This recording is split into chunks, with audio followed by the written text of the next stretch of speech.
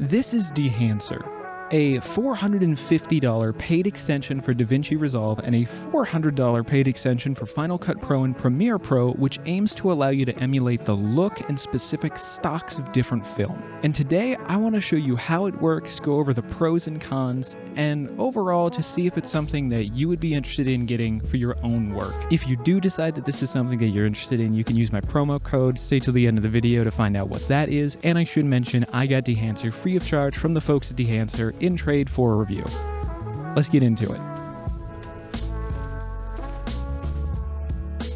We are here in DaVinci Resolve, where I have a very basic node structure set up for a little demonstration of Dehancer. I just have one set up right now for white balance, one for exposure, and then one with Dehancer with everything turned off. My goal with this demonstration is not to go through every single one of these one by one and talk about what individually they do. What I really want to do here is go through this in the order that I actually use for grading something with Dehancer and show you my workflow with it. Let's go ahead and start off by getting our input set. So I'm actually going to use Dehancer's inbuilt ability to convert log footage over to a nicer looking image, because specifically for me with Fujifilm, I have found that this ultimately looks better than doing a color space transform before this node and then going from Rec 709. From here on input, we could use these inbuilt sliders to adjust things like exposure and the white balance. I could see this being really good if for some reason you were having to turn this around extremely quickly and you were not even wanting to go through the effort of setting up other nodes for this.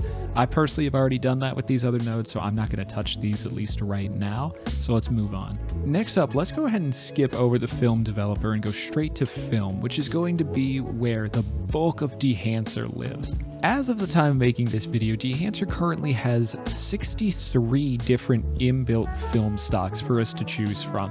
And I would strongly recommend, if you do get Dehancer, going through and just taking a look at all of them to get an idea of what this can do with your image, because as we can even just see from going over a couple film stocks, they are significant in the way that they change how your footage looks. For this, I'm going to go with something a bit simpler, and that's just going to be Kodak Gold 200. Let's go down to our print option to start to solidify the look that we're going to go for before messing with anything else. So we have 4 different options, 5 if you include linear, and 3 that you're probably going to actually use, unless if for some reason you want a log format after this. And let's go ahead to and enable it, and we can immediately start to see a huge difference going from linear to our print. We can see how it's adding a lot of contrast and, in my opinion, making this look very nice. I have found myself really drawn to this Kodak Endura Glossy. I really like what it does to a lot of footage. And now at this point where we have our selected film stock and our selected print, we really have a good idea of what this image is actually going to look like, and I think that this is really when we should go back and make a lot of changes to it. So what I'm going to do after applying that print is I am actually going to add a little bit of exposure back to it, because this one darkens it up just a little too much for me. And I'm going to go back up and I'm actually going to warm up this image a little bit too. So I'm using the exposure from the print and I'm using the color tint from up here. At this point, I'm also going to add just a little bit of contrast to the image. And I'm also going to add some color density. Now for color density, I think if we look at this jacket right here, we will really be able to see it as we're bumping it up. Yeah, that looks too extreme to me to have it bumped up all the way, so we're just going to scale it back a little bit, and that looks really good. I'm going to take the saturation down just a tiny bit, and that looks really good to me. At this point, I'm also going to go all the way down here to our monitor, and I'm going to check if we're clipping at all. We are not. And I bet if we take our exposure down here, we would be. Yeah, okay. So we were clipping before, taking our exposure up, stop clipping. That's great. So that's going to be all I'm going to do for the print section. And at this point, I'm actually going to go back to our film compression, and I'm going to turn that on. If you pay attention to the sidewalk in this clip, I think that you're really going to see that change. Yeah, we really see that kick in there for those highlights. So we're going to leave that film compression on. I am not going to mess with it at all because I really I like what it did. The basic look that's happening here, of course, still, we do not have any of the film effects like film grain, damage, halation, bloom. We don't have any of these turned on, but I really like the look that we're getting out of this and the colors that we're getting from Dehancer. Before we add our effects, actually, I am going to go into the color head. I'm going to enable that, and I'm going to add just a little bit of warmth to the shadows. I like that quite a bit. And now that is going to be it for our basic look. So we have our input, we have our film, we have our print, and within all of those, we have little tweaks here and there to the overall exposure and color of the image to result in this base image. Now we are going to get into the actual effects, as I call them, starting with film grain. Now, I bet that you have heard something about Dehancer's film grain, because the way that they do it is that it is an actual algorithm that's laid over the image that is not something like just a redone grain that you just throw over the image. This is algorithmic, so it is determining it based on how your image actually looks.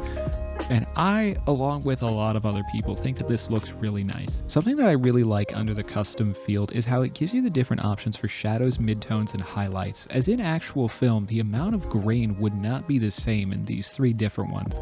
And as far as I understand it, it would be much more severe in the shadows and it would be much less in the highlights. So that's exactly what I'm going to do. I'm going to bump that up a little bit, and I'm going to take that down just a little bit. We can also, of course, change the size and the amount, but I am not going to touch that. I think it looks just fine as is. Let's actually zoom in too, so you get kind of a good feel for Dehancer's grain. Let's get a shot like this, where you can see his face, some shadows, some highlights in the jacket, and we're just going to turn the grain off.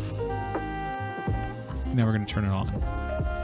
Off, on, off, on. I think the grain looks very nice for Dehancer. Something else that you can do at this point as well is you can actually take down the film resolution. This is going to affect the footage that is actually behind the grain. Again, to give it more of an actual filmic look, that it wouldn't be super high resolution. If you were shooting with 4K footage or something that is higher resolution, I could definitely see you wanting to pull this back in a more severe way to maintain an actual filmic look. So that's our first setting, and probably the most popular is the film grain, but then we have a couple others that I think really add to the overall film image. And let's do halation next. So as far as I understand it, halation is going to be a defect in film where the red colors push through the others when it comes to highlights and shadows intersecting.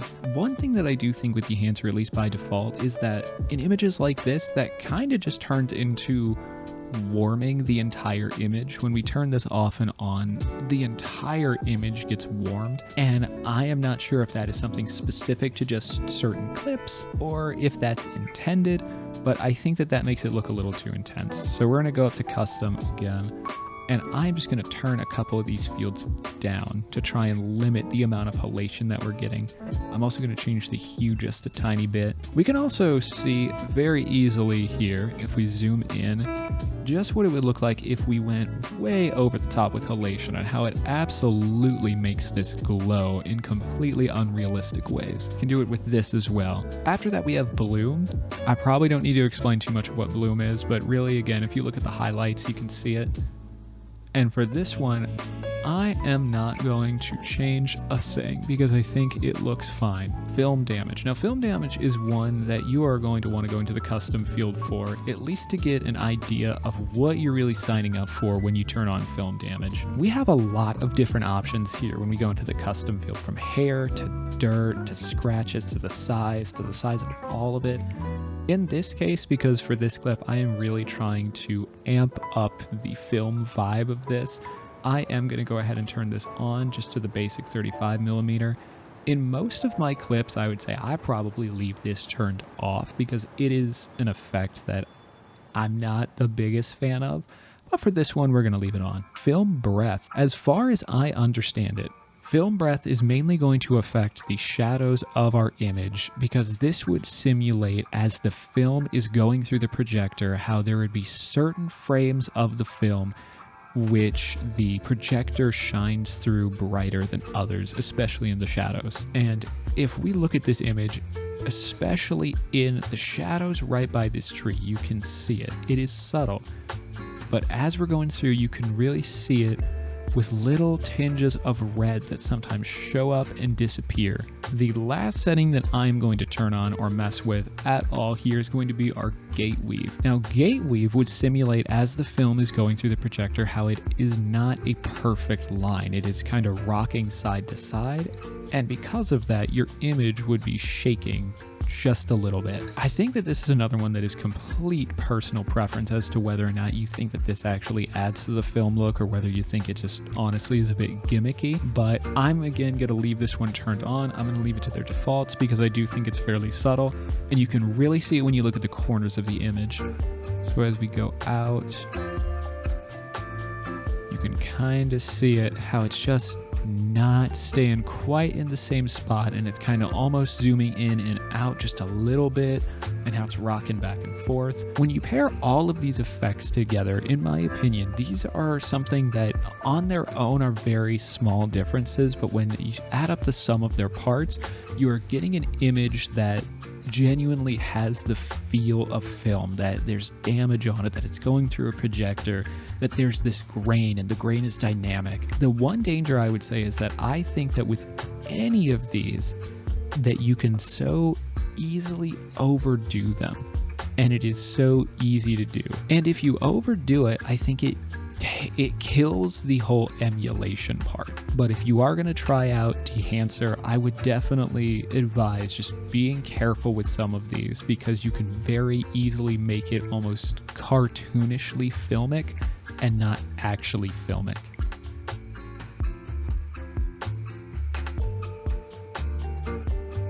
So before we get on to my overall thoughts about Dehancer, I briefly wanted to discuss their mobile app here, which I'm actually using to make the thumbnail for this video. I'm honestly surprised just how much I have enjoyed using the mobile app. It gives you pretty much all of the features that Dehancer gives you in something like DaVinci, but with more of a fast editing for photo experience, for say Instagram, or like this for a YouTube thumbnail. You get all the same options like film, print, halation, bloom, all of it. And I personally really like their presets that they have set up as well. And I think that some of them look really nice if you're just wanting to get a fast and dirty edit out there for Instagram. It's really cool, and I'm actually pretty impressed by what they've been able to do with this. I don't have a promo code or anything like that to share for the app side of things. I just genuinely like it. I think it's neat. Now that we've gone over a demonstration of how to use Dehancer, I want to talk about a few of what I see as being the pros and cons. The first pro that I really like about Dehancer is that it's a lot more than just, say, a LUT pack or a look. It has a high level of customization, with almost every single aspect of it having these bars that you can switch into these custom modes and then dial it in to exactly how you want it to look. But at the same time, it does also have this where by default, like for the film grain, by default, it's just going to have 35mm film. I think that is fantastic for both just speeding things up and allowing you to quickly get a desired look of going with one of their presets, while at the same time giving you the ability to learn and grow into using Dehancer as you go. I really, really like that. And that's actually my second pro, is that it is simple yet flexible at the same time. I absolutely love that with Dehancer, it gives you that mix of both being flexible and being able, again, to dial into that specific level of customization that you want, while at the same time giving you a completely plug-and-play experience. And that's another thing that I do like about it, and I think could be a huge time saver for a lot of people, especially compared to the methods that you can use to get film-like results within DaVinci's own color page, is that you can get these results very quickly within Dehancer.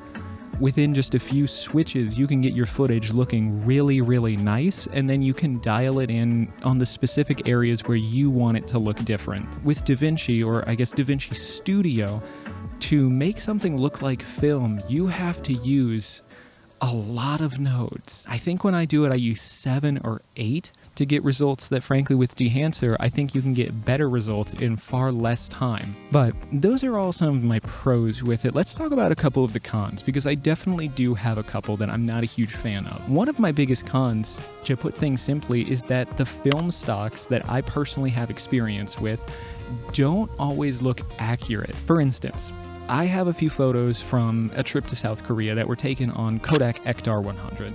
And Dehancer has Kodak Ektar 100. And every time I have used it trying to get similar results, I have been disappointed. The second con is one that I think is pretty darn obvious, but that is the price, and specifically the price for hobbyists or amateurs like myself. $450 is a lot to spend on something like this. You could get other actual gear for that amount. You could get gimbals, tripods, lenses, heck, cameras for that amount. You could get the studio version of DaVinci for $400. If you are not actively making money yet from your videography career, I am not sure if $450 is best put here or if it's best put somewhere else to further your photography. Ultimately, that's going to be a choice for you, of course. I can't make that for you, but this really doesn't strike me as something aimed at amateurs. Another con, and I'm not even sure if this is a con really,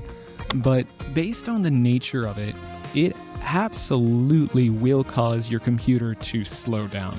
I don't actually know if this is anything that Dehancer can really fix, because you are putting layer upon layer of effects on this. Dehancer may be one little slider that you turn on, but when you do that, you're getting the halation, the film grain, the bloom, the vignette, the film emulation itself, the print. I'm absolutely not upset by the performance that I'm getting out of it. I just think that it is something that you need to know. If you have a slower computer, expect to get fewer frames out of this. Far fewer. All of that taken into account. I think Dehancer is a very, very cool piece of software, and for the right person, I'd absolutely recommend it. If you're a professional and you think having something that would allow you to get the quote-unquote film look would allow you to make more money, then I absolutely recommend that you get Dehancer. I think it does what it set out to do.